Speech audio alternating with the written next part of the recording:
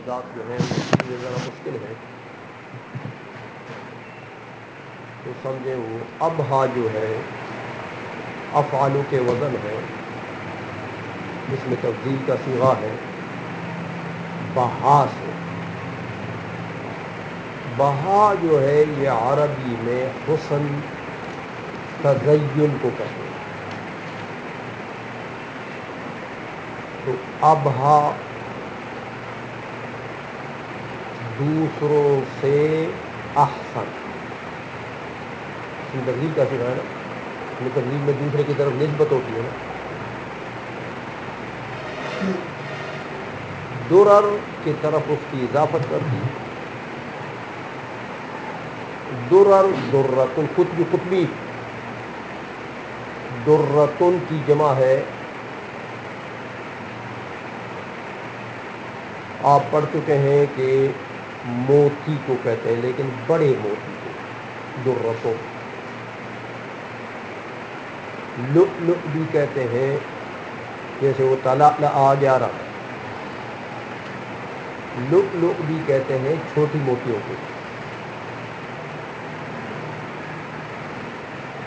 درر اس کی جمع۔ تنظم جو ہے یہ نظم سے ہے، نظم کا اپنا لغوی معنی موتیوں کو دھاگے میں پھرونا، نظم۔ اس لیے قرآن عظیم کی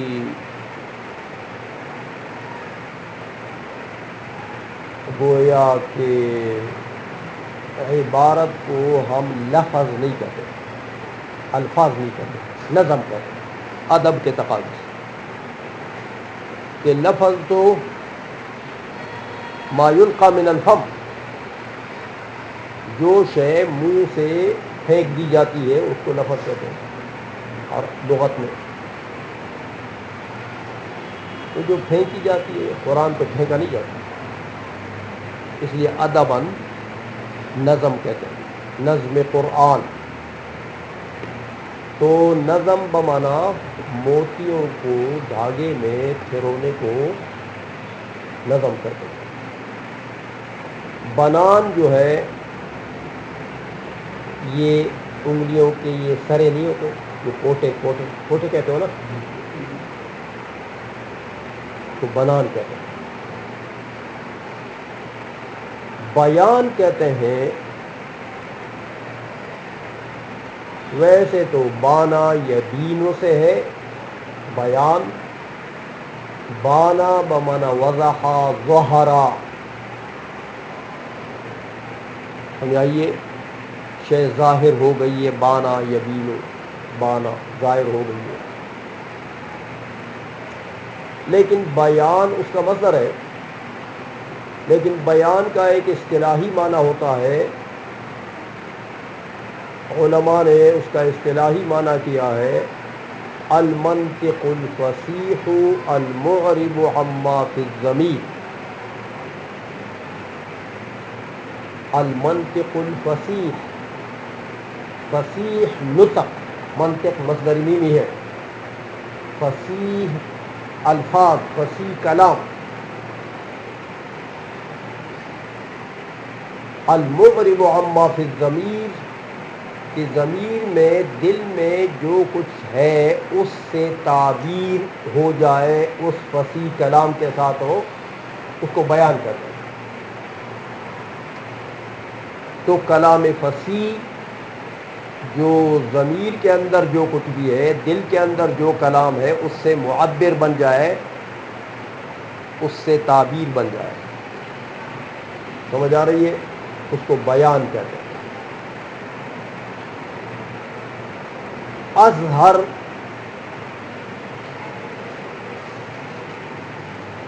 یہ بھی اس میں تفضیل کا صیغہ ہے، زہرتن یا زہرن سے تا بھی آتی ہے اس کے آخر میں، تائے مصدریہ۔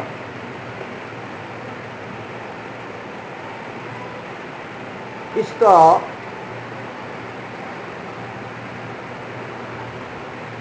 لغوی معنی جو ہے وہ چمک آتا ہے،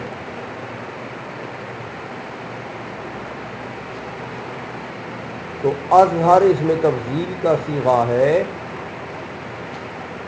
مانا زیادہ چمکدار،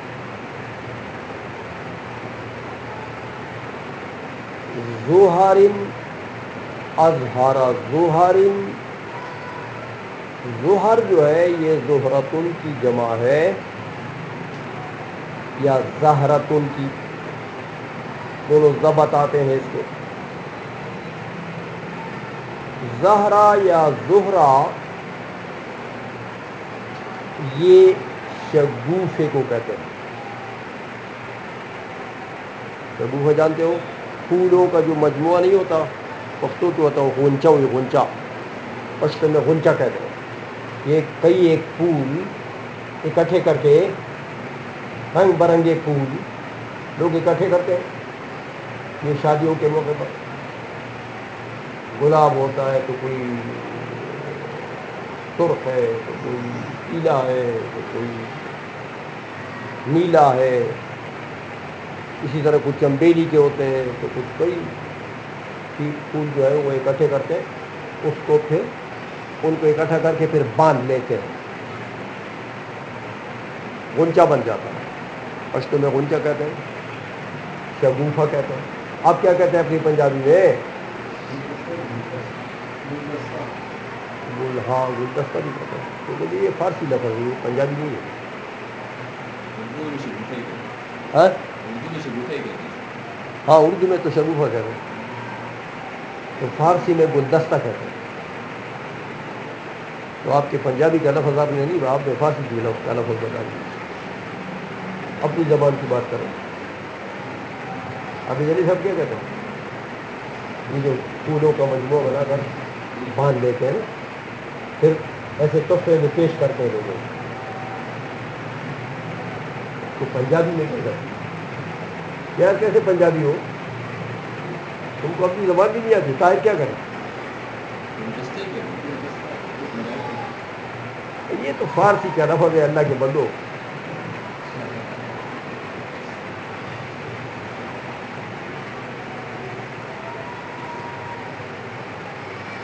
گل مانا پھول فارسی میں، دستہ مانی جو ہاتھ میں پکڑتے ہیں نا، اس کو دستہ کہتے ہیں. تو وہ الگ چیز ہے، وہ فارسی زبان ہے، وہ آپ کی زبان نہیں ہے. آپ اپنی زبان کی بات کریں. نہیں آتی ہے؟ چلو سوچ لو، بعد میں بتا دو.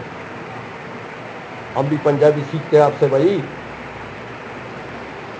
لیکن کوئی نہیں ہے. ہماری پشتو تو سیکھے نا آپ، تھوڑی بہت کچھ سیکھا کرے. ہاں، زبان کوئی بھی زبان ہو کام آتی ہے کبھی کبھی. اچھا ہے سیکھنا. اگرچہ وہ ہمارے پشتو کی تو پنجابی لوگ مثال دیتے ہیں نا، کہتے ٹین میں کنکریاں ڈالو اور اس کو ہلاؤ، بس پشتو ہو گئی.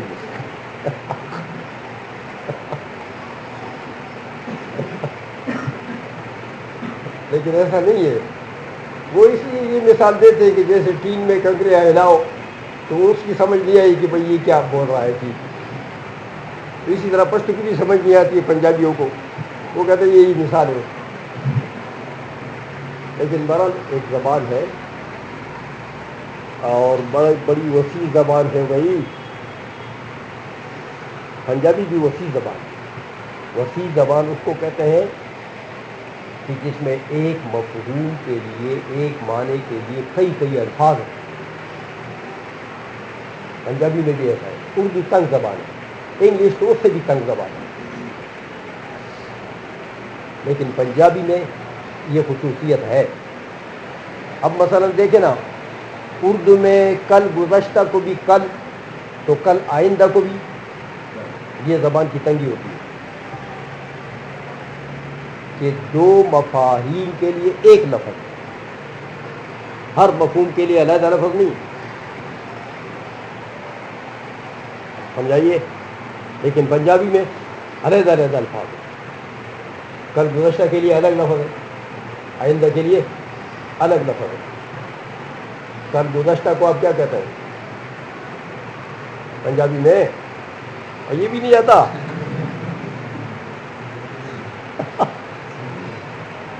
ہاں کیا کہتے ہیں؟ او یار اللہ اکبر، یہ تو آپ کا بڑا امتحان ہو گیا اپنی زبان کا. اللہ اکبر. اچھا چلو یہ یاد کرو پھر آپ اپنی زبان کو بھی یاد کر لیا کرو وہی. اچھا تو یہ زہرتن و شگوفہ اور زہر یا زہر اس کی جمع ہے. تنصر نثر سے ہے، نثر سا کے ساتھ، کسی شے کو بکھیرنا. نشر بکھیرنا. اردان فی اردان الاذہان، اردان ردن یا ردن کی جمع ہے، دو ضبط ہے اس کے. دامن کو کہتے ہیں ردن یا ردن، دامن. اردان اس کی جمع ہے. اذہان ذہن کی جمع ہے. ذہن جو ہے، ذہن کو نفس ناطقہ بھی کہتے ہیں.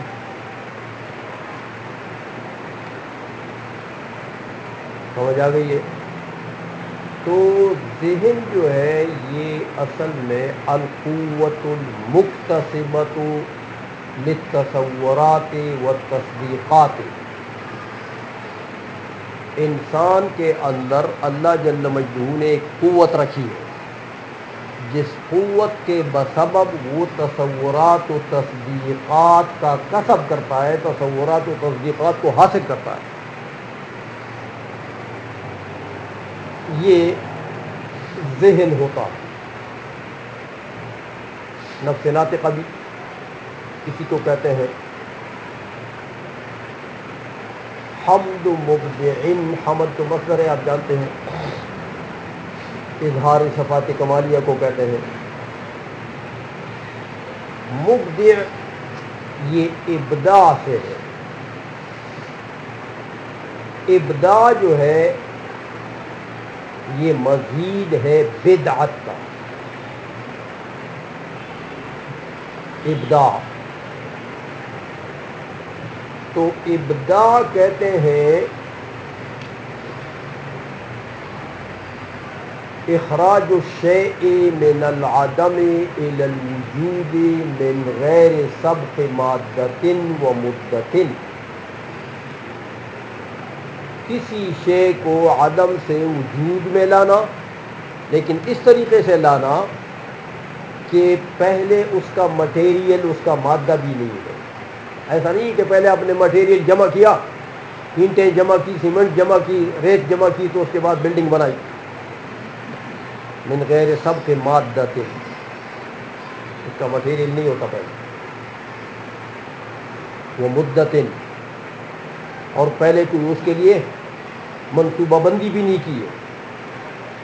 ہاں کچھ مدت پہلے آپ نے اس کو سوچا، بلڈنگ بنائیں گے، اسی طرح بنائیں گے، باتھ روم ادھر بنائیں گے، کچن ادھر بنائیں گے، کمرے بیڈ روم ادھر بنائیں گے، برآمدہ ادھر. یہ منصوبہ بندی بھی نہیں ہوئی. اس کو ابداع کہتے ہیں. باری تعالیٰ کی صفت ہے یہ ابداع. خالق، بدیع السماوات والارض. قرآن نے کہا نا، بغیر کسی مٹیریل کے، بغیر کسی مادے کے، بغیر کسی مدت کے فوراً بنانے والا ہے باری تعالیٰ سماوات و ارض کا. اس کے لیے کوئی باری تعالیٰ نے پہلے منصوبہ بندی نہیں کی ہے، کوئی نقشہ نہیں بنایا ہے، کوئی مٹیریل جمع نہیں کیا ہے. سمجھائیے؟ آسمانوں کے لیے کوئی اللہ تعالیٰ نے پہلے سیمنٹ وغیرہ جمع کیا، پھر اس کے بعد آسمان بنائے. زمین کے لیے کوئی مٹیریل جمع کیا تو اس کے بعد بنائے، فوراً بنا دیا. کن ہو گیا، کن سماعن، سما ہو گیا. کن ارضا، ارض ہو گیا. ارادے سے تعبیر ہے. کن، کن کا لفظ بھی نہیں ہے وہاں پر. کہ کن کا لفظ بھی حادث ہے. ہمیں آ گئی ہے. اس لیے باری تعالیٰ کے ارادے سے تعبیر ہے. باری تعالیٰ نے کسی شے کے وجود کا ارادہ کیا بس ہوگی. آسمان کے وجود کا ارادہ کیا آسمان موجود ہے. زمین کا کیا زمین موجود. آدم علیہ السلام کا کیا وہ موجود ہو. ابداع اس کا نام ہے. انتقل موجودات. انتقا اس کا مجرد ہے نطق. نطقا اس کا مجرد ہے. یہ باب افعال ہے مزید نطق سے. تو نطق بمانا بات کرنا کلام کرنا. نطقا بول پڑا. نطقا بمانا بول پڑا. تو انتقا باب افعال میں لے گئے متعدی ہو گیا. نطقا مجرد تھا جو لازمی تھا. سمجھ آ گئی ہے. انتقا باب افعال میں لے گیا اس کا خاصہ تعدیہ متعدی ہو گیا. الموجودات موجودن کی جمع ہے. موجودات الف تے کے ساتھ غیر ذوی نقول کی جمع آتی ہے نا. پڑھا ہے تم نے شرجامی میں یاد ہے. بآیات وجوبی وجودی آیات آیتن کی جمع ہے. آیت کا لغوی معنی نشانی نشانی اور دلائل کے معنی میں بھی آتا. دلائل کہ دلائل بھی دعوے کے نشانیاں ہوتی ہیں. وجوب الوجود وجوب وجوب الوجود واجب الوجود وہ ہوتا ہے جس کا وجود ضروری ہو اور عدم محال. مادے ہیں تین. ایک ہے امکان ایک ہے امتناع لیکن امکان سے مراد امکان خاص ہے. ایک ہے امکان خاص ایک ہے امتناع ایک ہے وجوب. یہ تین آپس میں متقابل مواد ہیں. میاں ممکن خاص وہ ہوتا ہے کہ جس کا نہ وجود ضروری ہے نہ عدم ضروری ہے. سمجھ آئیے. ممکن کس کو کہتے ہیں؟ جس کا نہ وجود ضروری ہے نہ عدم ضروری ہے. موجود ہو گیا تو فبیا تو معدوم ہو گیا تو فبیا. موجود ہو گیا تو بہت اچھا معدوم ہو گیا تو پھر بھی اچھا. ممکن سمجھ آ گئی ہے. اے میاں یہ بندہ موجود ہو گیا تو ٹھیک ہے تو مر گیا تو پھر بھی ٹھیک. سمجھ آ گئی. کوئی خرابی لازم آ گئی کچھ نہیں. نہ تو اس کے وجود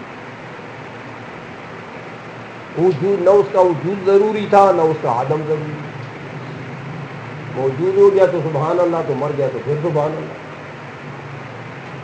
سمجھ آ گئی ہے. دونوں میں خیر ہے. مر گیا تو بھی خیر زندہ ہو گیا تو بھی خیر. یہ ممکن خاص ہوتا ہے. یہ پلر یہاں پر ہے تو بھی خیر ہے نہیں ہے تو پھر بھی خیر. اس کے عدم سے کوئی محال لازم نہیں آتا نہ اس کے وجود سے کوئی خرابی لازم آتی ہے. اس کو کہتے ہیں ممکن خاص جس کا وجود بھی ضروری نہیں ہے عدم بھی ضروری نہیں ہے. موجود بھی ہو سکتا ہے معدوم بھی ہو سکتا ہے. ایک ہوتا ہے ممتنع. ممتنع اس کو کہتے ہیں جس کا عدم ضروری ہے اس کے وجود سے محال لازم آئے. سمجھ آئیے. اس کا عدم ضروری ہے. کیا مطلب؟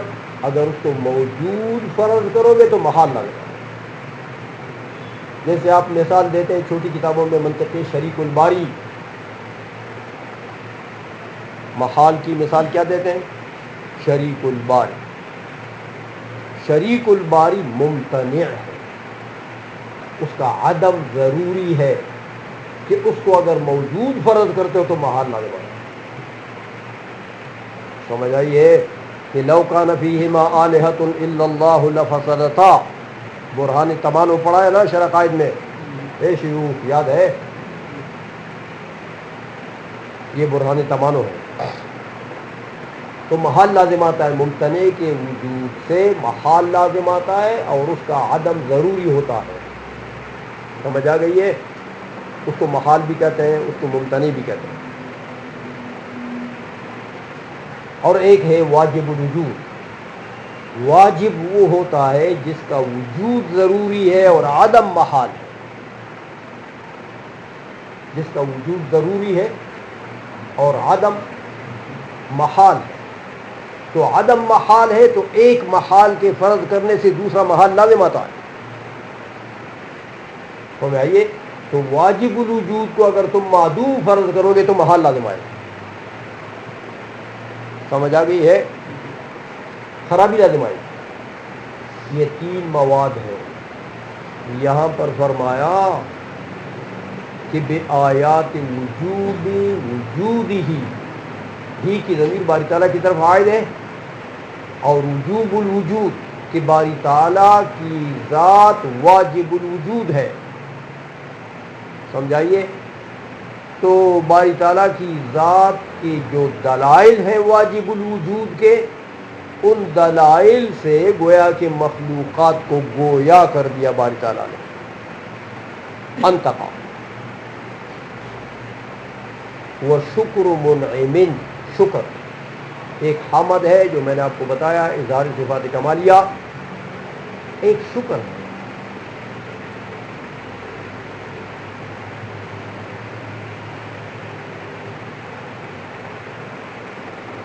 شکر جو ہے میاں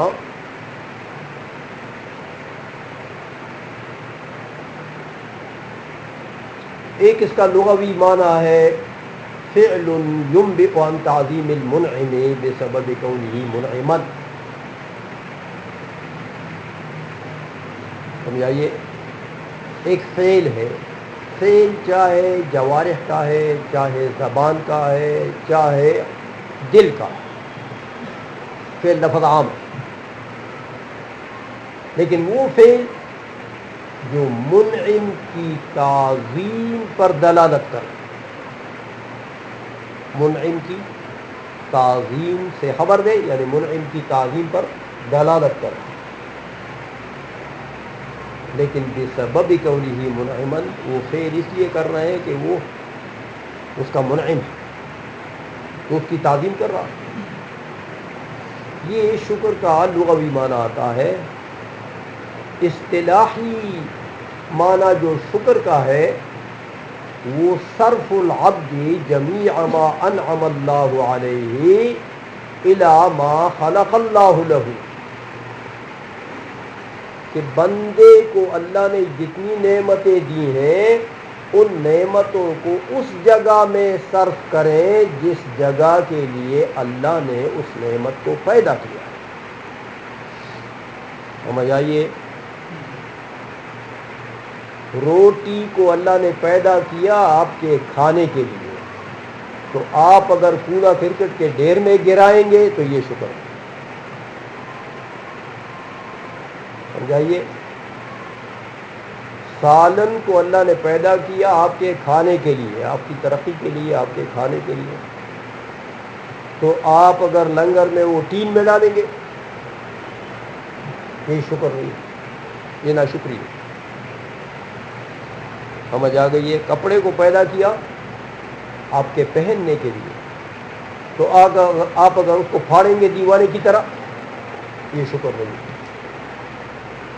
تو صرف العبد جمیع ما انعم اللہ علیہ فیما خلق لہ یا فیما خلق اللہ لہ، سمجھائیے؟ کہ بندہ وہ تمام نعمتیں جو اللہ نے اس کو دی ہیں ان تمام نعمتوں کو اسی جگہ میں صرف کریں جس جگہ کے لیے صرف کرنے کے لیے اللہ نے پیدا کی۔ یہ ہے شکر کی اصطلاحی تعریف۔ شکر منعم، منعم انعام سے ہے، فعل کا صیغہ ہے نعمت دینے والا، منعم۔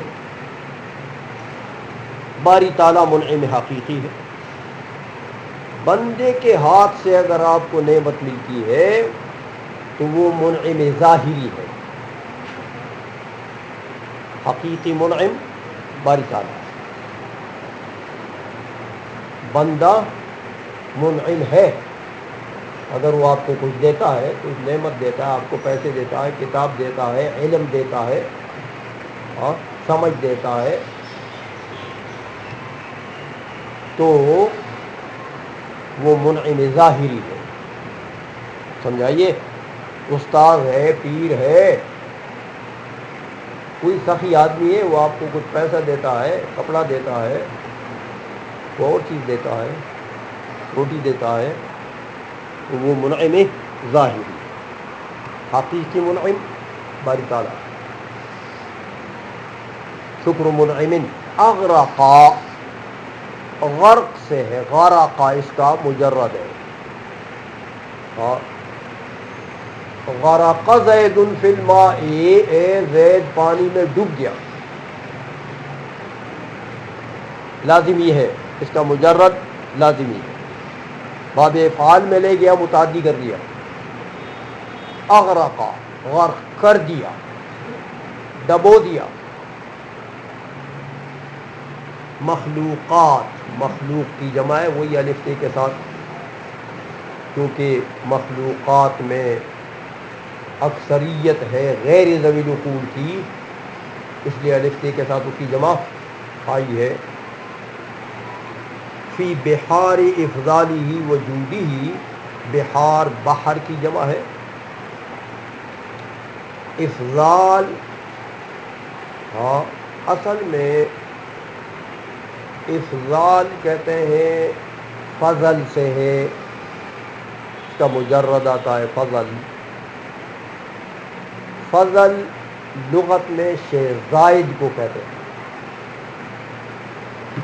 جو ضرورت سے شے زائد ہو اس کو فضل کہتے ہیں. ایک معنی. دوسرا معنی فضل گویا کہ وہ شے زائد جس میں منفعت اور کمال ہو. ہر شے زائد نہیں، وہ شے زائد جس میں نفع ہو، کمال ہو، اس کو بھی فضل کہتے ہیں. ہاں.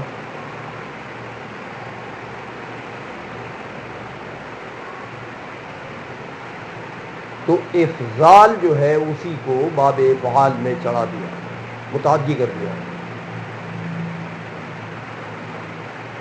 جود سخاوت کو کہتے ہیں. جود سخا صفت ہے، صفتی معنی ہے، مصدری معنی ہے. یہ مفردات کو سمجھ گئے ہو میاں. اب اس کا ترجمہ کرو. قطب الدین رازی رحمۃ اللہ علیہ نے بڑی یہاں پر عمیق کلام کیا ہے. ان ابھا درر تحقیق احسن درر. ابھا مانا احسن، خوبصورت موتیوں میں سے. دیکھو میاں، جمع کی طرف اس میں تفضیل مضاف ہو تو آپ نے پڑھا ہے کہ اس میں تفضیل اس کا بعض ہوتا ہے. تو درر جمع ہے نا، موتیاں، بڑی بڑی موتیاں. اور ابہا اس کے طرف مضاف کر دیا تو وہ ابہا بھی موتی ہے. وہ ابہا کوئی اور چیز نہیں ہے. ابہا دررن موتیوں میں سے خوبصورت موتی. سمجھے ہو؟ خوبصورت موتی. کون سے موتی؟ یہ دررن کی صفت ہے، یہ بہتر ہے. ویسے ابہا کی صفت بھی بن سکتی ہے تنظم. تو پھر ینظم پڑھیں گے. اگر ابہا کی صفت بنائیں گے پھر ینظم، درر کی صفت بنائیں گے تو تنظم. تو یہ اولا ہے مضاف الیہ کی صفت بنائے، اس لیے اس کو مؤنث کے صیغے سے ذکر کیا. وہ درر تنظم جو پھرو دیے جاتے ہیں بے بنان البیان، بیان کے پوٹوں سے، جو پھرو دیے جاتے ہیں بیان کے پوٹوں سے. میاں بیان کے پوٹے ہوتے ہیں، بیان کا معنی میں نے کر دیا آپ کو. ہاں معنی یہ بینو سے ہے ظہور الشے، ظہور تو ایک صفت ہے، سمجھائیے. تو صفت کے بھی پوٹے ہوتے ہیں، اس لیے کلام استعارے پر مبنی. بیان کی تشبیہ دی ہے ید سے، ہاتھ سے. جس ہاتھ کی انگلیاں ہوں، ایسا نہیں ہوا کہ ہاتھ ہے اور انگلیاں کٹی ہیں، وہ ہاتھ نہیں. سمجھائیے، اس ہاتھ کے ساتھ تشبیہ دی جس کی انگلیاں ہوں. تو بیان کی تشبیہ دی اس ہاتھ سے جس کی انگلیاں ہیں، ذکر ہوا بیان کا، مراد وہ ہاتھ ذو الانامل، ذو الاصابع. سمجھا گئی ہے؟ تو استعارہ بالکنایہ ہوا نا، مشبہ کا ذکر ہے، مشبہ بھی مراد ہے. سمجھا گئی ہے؟ تو یہ تو ہوا بالکنایہ مکنیہ.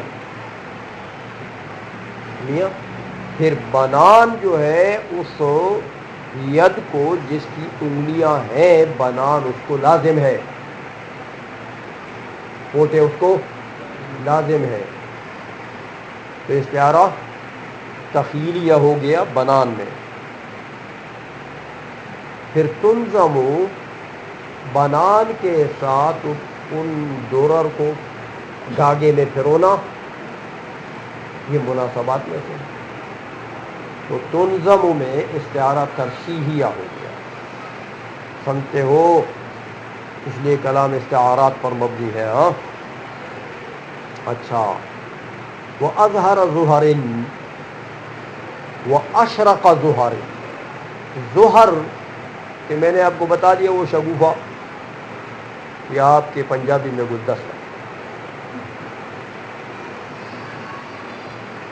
اور وہ جو اصل پنجابی آتی نہیں ہے تو کیا کریں.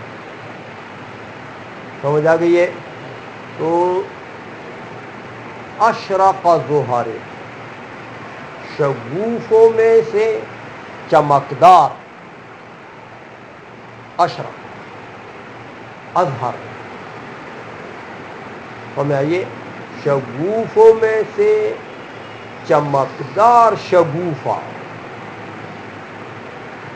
سمجھائیے. اور ایک معنی علماء نے اور بھی کیا ہے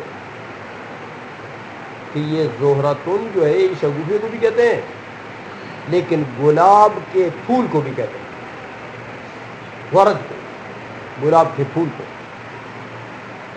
اس لیے اگر وہ معنی کریں گے تو وہ زیادہ لگتا ہے عبارت کے ساتھ کہ اظہر ظہر، گلاب کے پھولوں میں سے چمکدار پھول جو ہے، ہاں وہ گلاب کے پھول کہ تنثر فی اردان الاذہان، جو بکھیر دیے جاتے ہیں، تنثر فی اردان الاذہان، اذہان کی جھولیوں میں، ذہنوں کے جھولیوں میں. ردن کی جمع میں نے بتایا آپ کو، یا ردن کی جھولی کو کہتے ہیں. اب دیکھو میاں، اذہان کی جھولی ہوتی ہے، یہ پھر استعارہ ہے. ذہن کی تو جھولی نہیں ہوتی نا میاں. سمجھ آئیے. اس لیے اذہان کی تشبیہ دی ہے ایک قمیض کے ساتھ، یا آپ کے چادر کے ساتھ جس کی جھولی بن سکے. سمجھا گئی ہے؟ اس کپڑے کے ساتھ جس کی جھولی بن سکے. تو ذکر اذہان کا مشبہ کا ہو گیا، مراد وہ کپڑا ہے،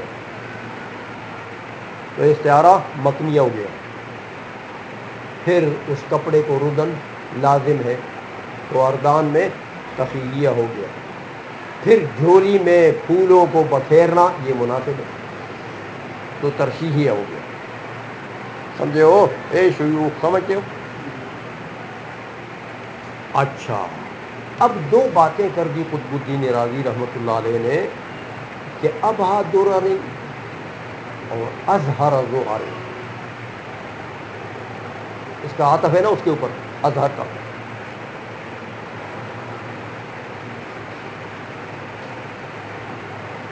خوبصورت موتیوں میں سے خوبصورت موتی، گلاب کے پھولوں میں سے چمکنے والا پھول.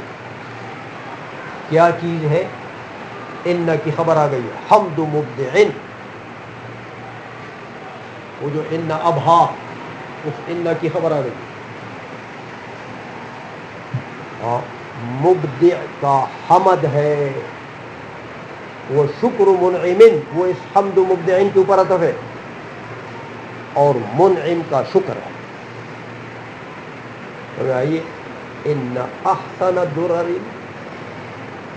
تمام موتیوں میں سے خوبصورت موتی، تمام گلاب کے پھولوں میں سے خوب چمکنے والا پھول. کیا چیز ہے؟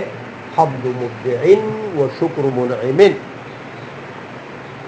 مبدع کا حمد ہے اور منعم کا شکر. مبدع ہمارا خالق، کوئی باقی معنی تو میں نے آپ کو کر دیا.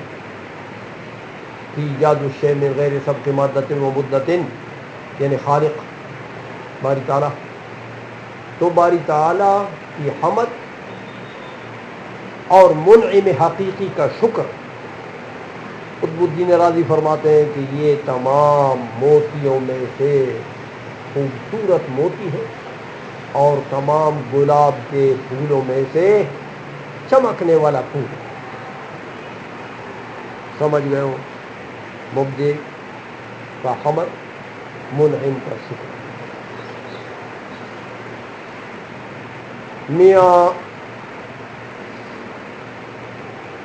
یہ ہوا مسند الیہ ابھا درر اور ازہر زہر. ان کے لیے اسم ہے نا، تو ان کا اسم مسند الیہ ہوتا ہے نا، اے شیوخ.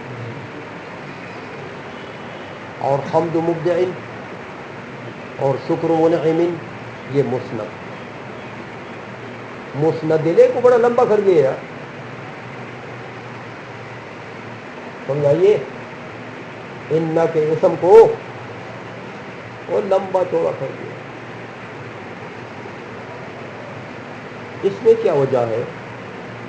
کہتے ہیں اصل بات یہ ہے میاں کہ مسند کو حکم بھی کہتے ہیں نا، امیر یاد ہے؟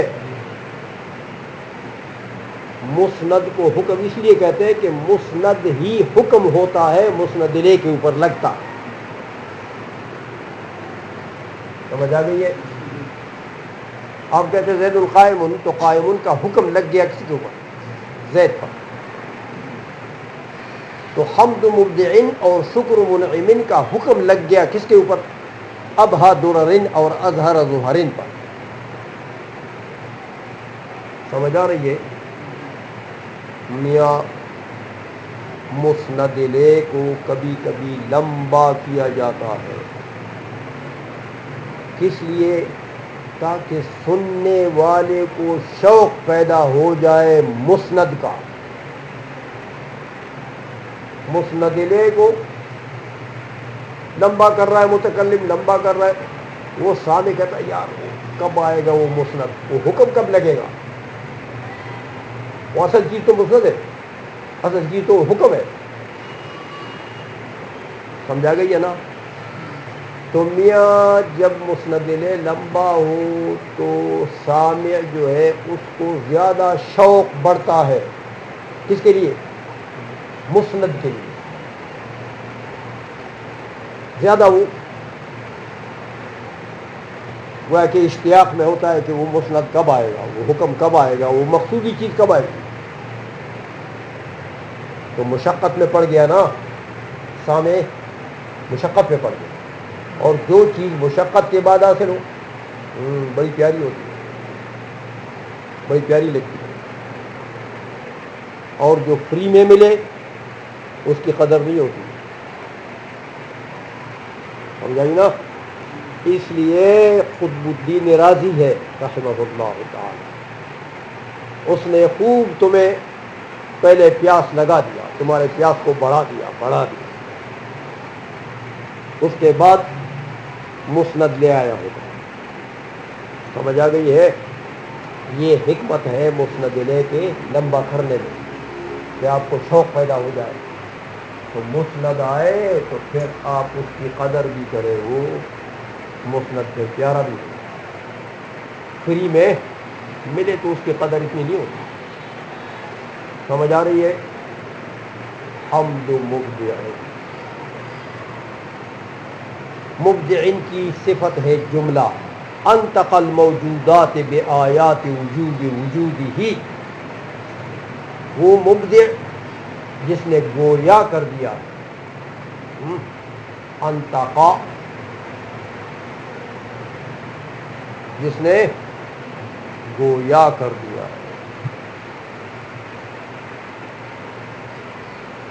کن کو گویا کر دیا؟ الموجودات. الموجودات، دیکھو میاں، جمع کے اوپر الف لام داخل ہو جائے تو جمعیت باطل ہو جاتی ہے اور الف لام استغراقی ہوتا ہے. وہ پھر ایک کو بھی شامل ہوتا ہے وہ جمع. ورنہ جمع کی ابتدا کدھر سے ہوتی ہے؟ تین سے. تین اور پھر چار پانچ اوپر، جمع کثرت ہو یا جمع قلت ہو، ایک یا دو کو جمع شامل نہیں ہوتا.